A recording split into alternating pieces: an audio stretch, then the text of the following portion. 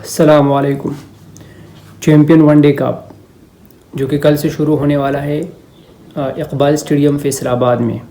आज उसकी जो ट्रॉफ़ी है वो रिवील भी हो गई और पांचों मेंटोर्स और कैप्टन्स ने मिलकर मीडिया टॉक भी की, यानी प्रेस कॉन्फ्रेंस भी की। और कल पहला मैच है 12 सितंबर को, किन दो टीमों के बीच में होगा और वॉल्व्स की टीम के बारे में भी एक न्यूज़ देना है आप लोगों को। लेकिन अगर आप लोगों ने अभी तक हमारे इस चैनल को सब्सक्राइब नहीं किया तो प्लीज़ इसको सब्सक्राइब कर दें। ये ट्रॉफ़ी आज रिवील हो गई, मुझे तो अच्छी लगी, बस ठीक है। मैं इसको 10 में से 8.5 दूंगा। आप लोगों ने इसको रेट करना है आउट ऑफ 10 में और मुझे कमेंट सेक्शन में बताना है। वॉल्व्स के बारे में ये खबर है कि वॉल्व्स जो भेड़िया उसके नाम को तब्दील कर दिया और अब मारखोर हो गया। तो अब कल जो पहला मैच है वो वॉल्व्स और पेंथर के दरमियान है। अब वॉल्व को हम कहेंगे मारखोर, तो मैच होगा मारखोर और पेंथर के दरमियान। ये 3 बजे दोपहर को शुरू हो जाएगा इकबाल स्टेडियम फैसलाबाद में और ये टिकट फ्री है ये मैच। बल्कि प्ले ऑफ्स मैचेस के अलावा बाकी भी जितने मैचेस हैं ये फ्री है, फ्री ऑफ टिकट है। कोई भी जा सकता है, देख सकता है स्टेडियम में। बाकी लाइव का जो है वो ए स्पोर्ट्स पर, पीटीवी स्पोर्ट्स पर, जियो सुपर पर, इन सब टीवी चैनल्स पर होगा। बाकी एप्स में तमाशा है, उस पर भी लाइव होगा।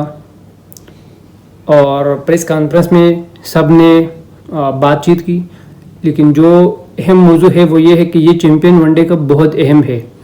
ये पीएसएल का मुकाबला कर, ऐसा तो नहीं मतलब कि जिस तरह पीएसएल T20 फॉर्मेट में है और जितना हाइप होता है उनका पीसीबी में, पाकिस्तानी मीडिया में, तो इतनी हाइप इसके भी है चैम्पियन वनडे कप की। और ये लोग ये फैसला कर रहे हैं कि इसी से इसके बाद बहुत ज़्यादा अहम फैसले होने हैं। खिलाड़ियों में भी शायद वो जो सर्जरी की बातें हो रही थी, शिफलिंग हो रही है, ये इस टूर्नामेंट के बाद होगा। लेकिन फैसलाबाद की जो पिच है, जो ग्राउंड है, इस पर अगर हम देखें तो ये रावलपिंडी की तरह मिलता जुलता है। मतलब यहाँ पर हम देखेंगे इंशाल्लाह इसमें ये टूर्नामेंट में कि 350 रन भी चेज हो जाएंगे ओडीआई में। तो बैटर्स के लिए ये गुड है, यहाँ रन्स बनेंगे, सेंचुरियाँ बनेगी, 50s बनेगी, छक्के लगेंगे, चौके लगेंगे। बॉलरों की खैर नहीं है। तो फिर अगर आप एक ऐसी विकेट बनाओ जो कि बैट्समैन के लिए सूटेबल है, बैटिंग के लिए सूटेबल है, और उसी की बुनियाद पर आप आगे फैसले करो, और जब वो खिलाड़ी इंटरनेशनल में चले जाते हैं या किसी और ग्राउंड में चले जाते हैं, किसी और पिच पर चले जाते हैं, तो वहाँ वो फ्लॉप हो जाते हैं। तो फिर आपकी जो प्लानिंग है, जो फैसला है, जो जिस चीज़ को आप के ऊपर आप फैसला करते हो वो चीज़ गलत है, वो बुनियाद गलत है। हमने देखे कि पीएसएल की मुझे याद है कि हमने पीएसएल की जो प्लेइंग 11 हमारे बनी थी यंगस्टर की, तो फिर हमने उसको अफगानिस्तान के खिलाफ भेजा था दुबई में।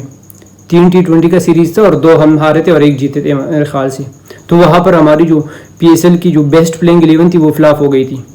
तो इसी तरह से अगर हम चैम्पियन वनडे कप से एक बेस्ट प्लेइंग 11 निकाल दी, क्योंकि इसमें मुल्क के 150 खिलाड़ी सिलेक्टेड है। अब 150 सारे सिलेक्टेड नहीं, 75 सिलेक्टेड है। उस पर भी एक सवाल में मेरे ख्याल से शुभ मलिक ने जवाब दिया था कि अब यहाँ पर हमारे पास इतनी फैसिलिटी नहीं है कि हम 150 लड़कों को मैनेज कर दें। तो इसलिए इस चैम्पियन वनडे कप के लिए हमने सिर्फ 75 का इंतखाब किया है।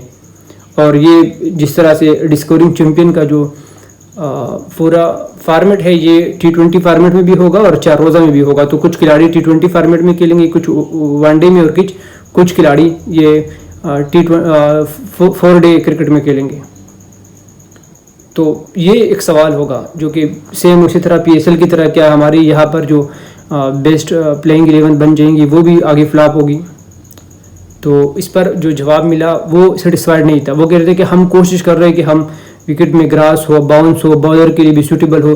जो पिच बनाने वाला बंदा है वो उन्होंने बाहर से बुलवाया है। और लेकिन ये चीज़ सेम उन्होंने बांग्लादेश के ख़िलाफ़ जो सीरीज़ था उसी में भी रावलपिंडी में अप्लाई किया था। लेकिन हमने देखा था कि पिच की क्या सूरत हाल थी। लेकिन खैर कल से मैच शुरू हो रहा है, हम भी देखेंगे, हम भी कवर करेंगे उसके टॉप न्यूज़, उसके टॉप मोमेंट्स के बारे में। तो हमारे साथ रहिए और मिलती है अगली वीडियो में। तब तक अपना ख्याल रखिएगा। अल्लाह हाफिज़, बाय।